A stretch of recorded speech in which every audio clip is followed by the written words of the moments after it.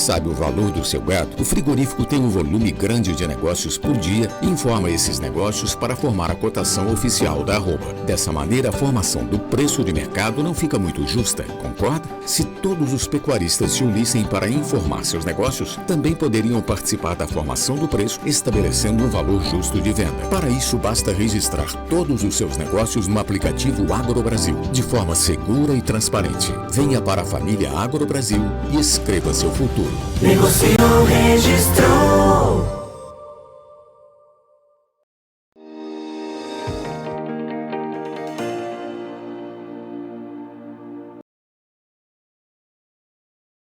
Olá, muito bom dia a você que está ligado no Notícias Agrícolas, aguardando pelas informações de mercado. Nesse horário a gente sempre traz para vocês uma discussão do que anda acontecendo aí com o mercado do boi.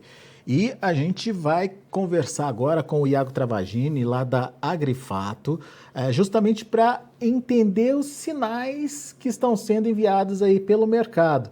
E o mercado futuro está mandando algum sinal para a gente que a gente precisa analisar e entender, certo, Iago? Que sinal é esse? Bem, bom dia a todo mundo que está acompanhando Notícias Agrícolas. Mais uma vez, Alexander, obrigado pelo convite, sempre um prazer falar com vocês aí. E assim, Alexandre, acho que o que a gente pode resumir no mercado é que houve, de certa forma, nesse momento, uma quebra de expectativa, né? Acho que quando a gente olha até para o mercado de ações, a gente acaba vendo isso em ações que são precificadas muito acima do seu lucro atual, mas hoje a gente tem um boi para maio de 332 na B3. E quando a gente olhava há 7 dias atrás, basicamente no início dessa semana, a gente tinha uma cotação de 340, uma queda de R$8, voltando a um patamar muito próximo do pré-guerra, né? Antes da guerra, logo depois do dia 2 de março, a gente teve uma alta muito forte pós-guerra, por uma questão na nossa percepção de demanda chinesa, que saiu de um ponto que ela já estava boa, ela entrou num cenário excelente, com precificação subindo, né? O preço do dianteiro aumentou naquele momento, e aí agora a gente vê uma relativa calma desse mercado, principalmente dessa pujança chinesa. Então a gente sai de um mercado que se demonstrava excelente, que dava uma precificação boa para o mercado e até uma valorização nesse maio, para um mercado um pouco mais calmo. Ele sai do excelente e eu diria que a gente vai para o bom ainda, né? A gente ainda está com um cenário de precificação bom para esse maio, nesse momento, justamente por conta dessa demanda chinesa. Então a gente ainda está nas mãos da demanda chinesa para continuar consolidando esse patamar de 340, 345 na média do físico.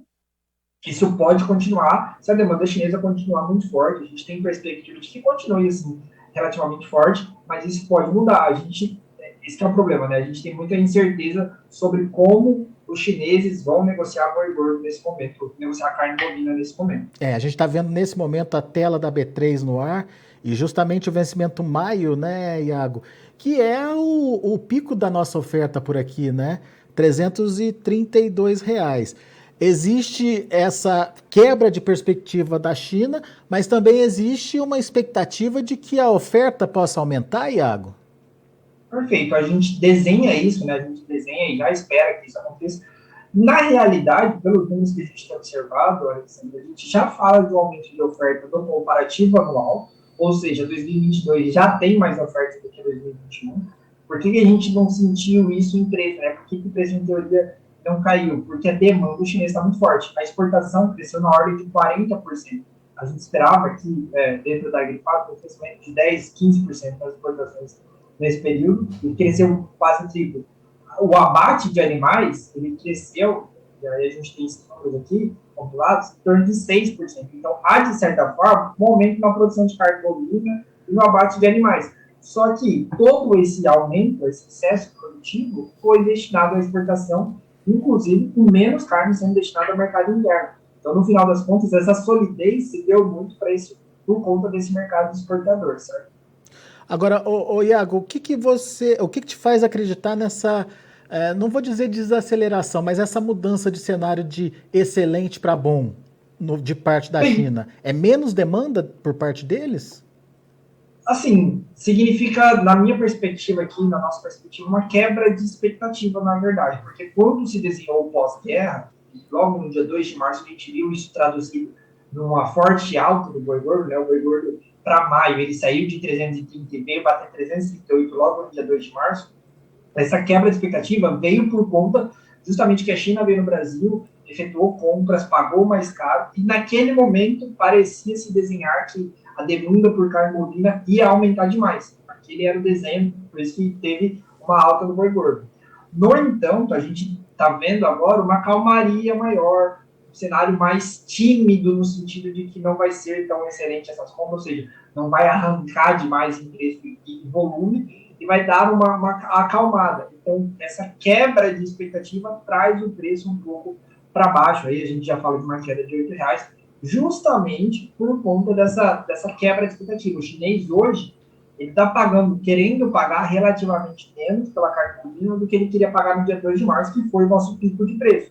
Mas isso é uma batalha, né? A gente tem, do lado dos frigoríficos, eles querendo vender mais caro, mas do lado dos chineses, eles querendo comprar mais caro.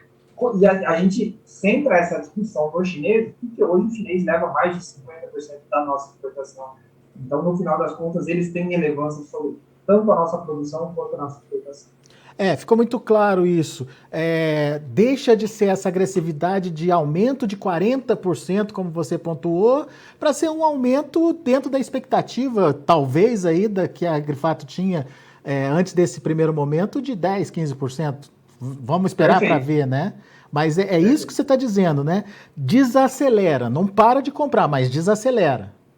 Exatamente. Ele desacelera e quebra um pouco essa expectativa de alta, né? Quando se chegou no dia 2 de março, eu lembro que, assim, é normal você especular dentro dessas notícias, né? De se falar em boi de 370, 380 reais. Só que essa quebra de expectativa que acontece a partir de agora diminui essa chance de alta, entendeu? De a gente falar de boi gordo de 360, 370 reais. Agora, qual o potencial dessa oferta também impactar? Ou qual é o peso disso na formação de preços?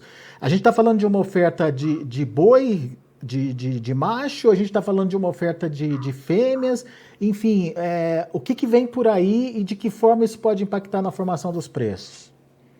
Bem, vamos lá. A gente já tem historicamente essa sazonalidade, né? Ela pontua aí por conta da cria, né? Do descarte da desmama de bezerros e, consequentemente, a necessidade de descarte de fêmeas que não emprenharam, acontece dentro desse intervalo agora que a gente chega entre março até junho, julho do ano por conta da seca. Ele precisa esvaziar a pasto. Então, olhando já os números de janeiro e fevereiro, a gente já tem mais fêmeas sendo abatidas do que no ano passado.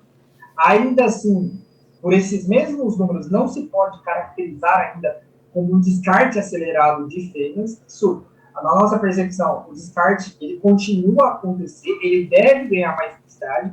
Então, a vaca que já vinha sofrendo pressão de janeiro, na nossa percepção, ela não deve melhorar de preço, não no sentido de oferta, por conta da oferta do mercado interno, ela não deve melhorar de preço até maio. Vai existir uma maior pressão sobre a vaca. O que pode ocorrer, sim, é a gente ver a precificação do boi China continuamente firme. Por quê? É um outro mercado, é animais com menos de 30 meses. Então, a dificuldade hoje do mercado está em originar esse animal com menos de 30 meses.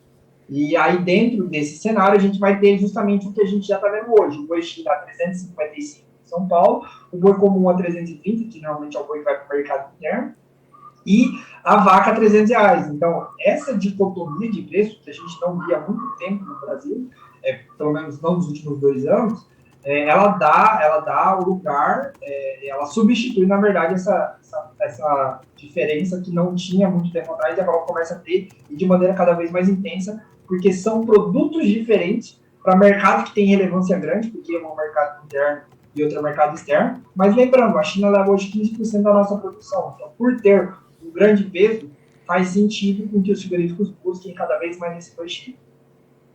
Boa. Agora, nesse momento, como é que está essa diferenciação? Pelo que eu entendi, a tendência vai ser de criar buracos entre as categorias aí. Esses buracos já estão sendo criados, Iago?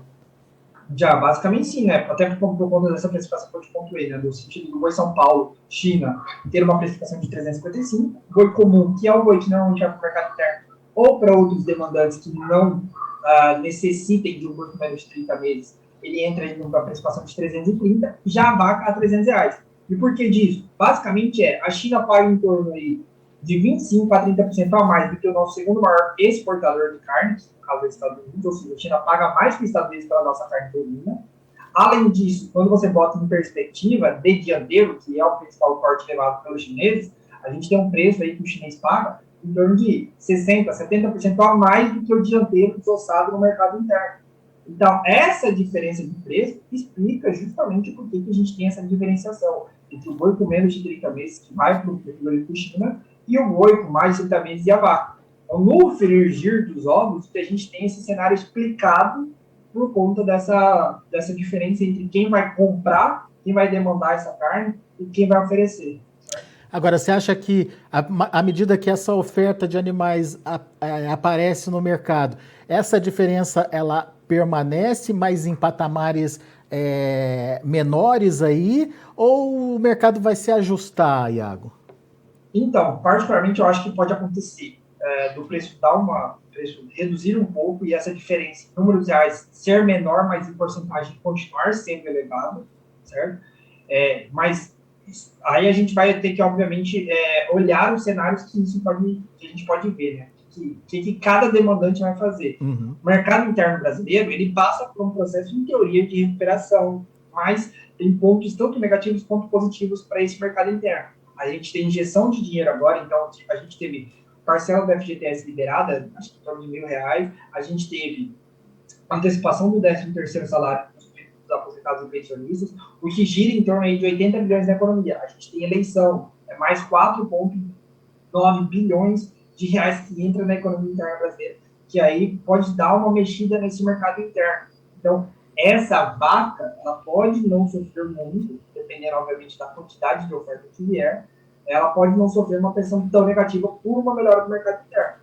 Ao mesmo tempo, quando você olha para esse setor China, a gente tem a perspectiva de que a China vai continuar comprando e de que vai precisar de grandes volumes. E hoje, pensando que os frigoríficos são multinacionais, esse é um ponto importante, ainda é, comparativamente falando, mais barato originar essa carne no Brasil, principalmente ali no estado de São Paulo, do que originar no Uruguai, originar na Argentina e até mesmo nos Estados Unidos. Mas eu gosto de comparar com o Uruguai e a Argentina porque eles são a gente está entre os top 3 maiores fornecedores para a China. Então, pelo ponto de vista internacional, pelo menos a situação que eu vejo atualmente, há, de certa forma, uma perspectiva de que o boi China não sofra tanto nesse período, mas o risco é grande. A gente está dependente de um grande mercado, de um grande importador, que tem 5.000 anos de negócio e a gente tem 500 anos de história. Então, esse é o ponto que eu coloco. Boa. Isso é importante do pecuarista ter em mente também, até para a questão do próprio planejamento, para não errar a dose aí, né? Porque um erro de dose pode significar aí uma situação bastante mais complicada para o produtor. Olhando basicamente para o mercado interno, como é que estão as precificações hoje do boi casado? Tem diferença para a vaca, enfim, em termos de carne, Iago?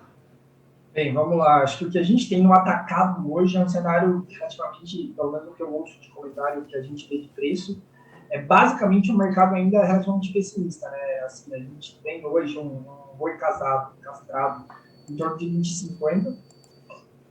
Houve uma queda desde o início do mês aí de 0,75 centavos, assim, quase 6% de queda.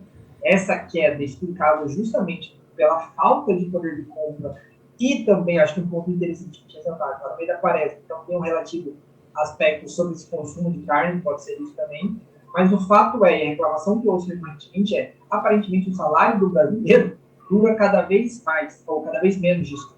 Então, antes a gente falava que final de mês era dia 25, dia 20, hoje é dia 10 e já parece que essa demanda já some no mercado interno. Então, no final das contas, a gente olha ainda para o mercado interno com uma dificuldade muito grande. A gente está falando ainda de 11% da população desempregada, né? 11,1% saiu dado mais novo do IBGE. Então, no final das contas, a gente ainda olha para esse mercado interno de maneira fraca, digamos assim, e o preço da carne no varejo ele continua subindo, porque o varejista vai tentar ao máximo repassar o aumento de custo para o consumidor final, para não ficar com uma margem negativa e ter que fechar a sua operação. Então, ainda que a gente veja oscilação no atacado, o varejo vai continuar repassando algo de preço. E o impacto para a vaca gorda? No caso da vaca gorda, a gente tem aí um cenário de demanda um pouco melhor do que o boi casado castrado, tá? Porque é por conta de preço. Hoje a precificação da vaca casada é em torno de R$19.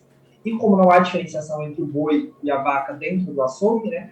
Então, hoje a preferência dos distribuidores, dos varejistas e açougueiros na hora da compra é pela vaca, justamente pela possibilidade de margem maior sobre a venda dessa carne. Então, hoje, tá? Essa semana, a gente tem uma solidez de preço para a vaca relativamente maior do que para o boi casado castrado. Boa. Muito bom. A gente vai continuar observando principalmente essa variação no mercado futuro, que foi uma dica importante. Vamos olhar o que está acontecendo e o que está sinalizando. R$8 numa semana de queda uma queda expressiva ou importante de ser acompanhada, e principalmente vamos entender qual é o apetite, o tamanho do apetite chinês aí, né? Aparentemente a China se preocupou em fazer um estoque, enfim, ter uma garantia de abastecimento naquele momento da guerra, depois viu que talvez não fosse tão necessário assim ser tão agressivo nas compras. Consequentemente, uma possível desaceleração aí das compras. A gente não está falando em retração, né, Iago? Pelo contrário, continua comprando, mas não com a mesma voracidade que comprou ali no início de março, no mês anterior, mas de qualquer forma é uma mudança nas perspectivas, principalmente do mercado em relação a fome, digamos assim, da China de comprar a carne brasileira. Vamos ficar de olho nisso. Ponto muito bem levantado aí pelo Iago. Meu caro, muito obrigado por enquanto pela sua participação. A gente vai conversar mais vezes e atualizar essas informações de mercado aí. Volte sempre, Iago. Valeu, Alexander. Perfeito. E obrigado aí mais uma vez pelo convite. Sempre um prazer falar com vocês. Até a próxima. Valeu. Iago Travagini, Agrifato, aqui com a gente, analisando o mercado do boi, levantando essa lebre, esse alerta aí sobre o mercado futuro. Vamos ver como é que estão os preços lá no mercado futuro? E olha aí, caiu mais ainda do que a gente tinha falado, tinha mostrado para vocês no início da nossa conversa. O abril, R$ 336,20, caindo 0,34%, e o maio caindo 0,15%, já abaixo dos 332, 331,50 é a negociação do momento.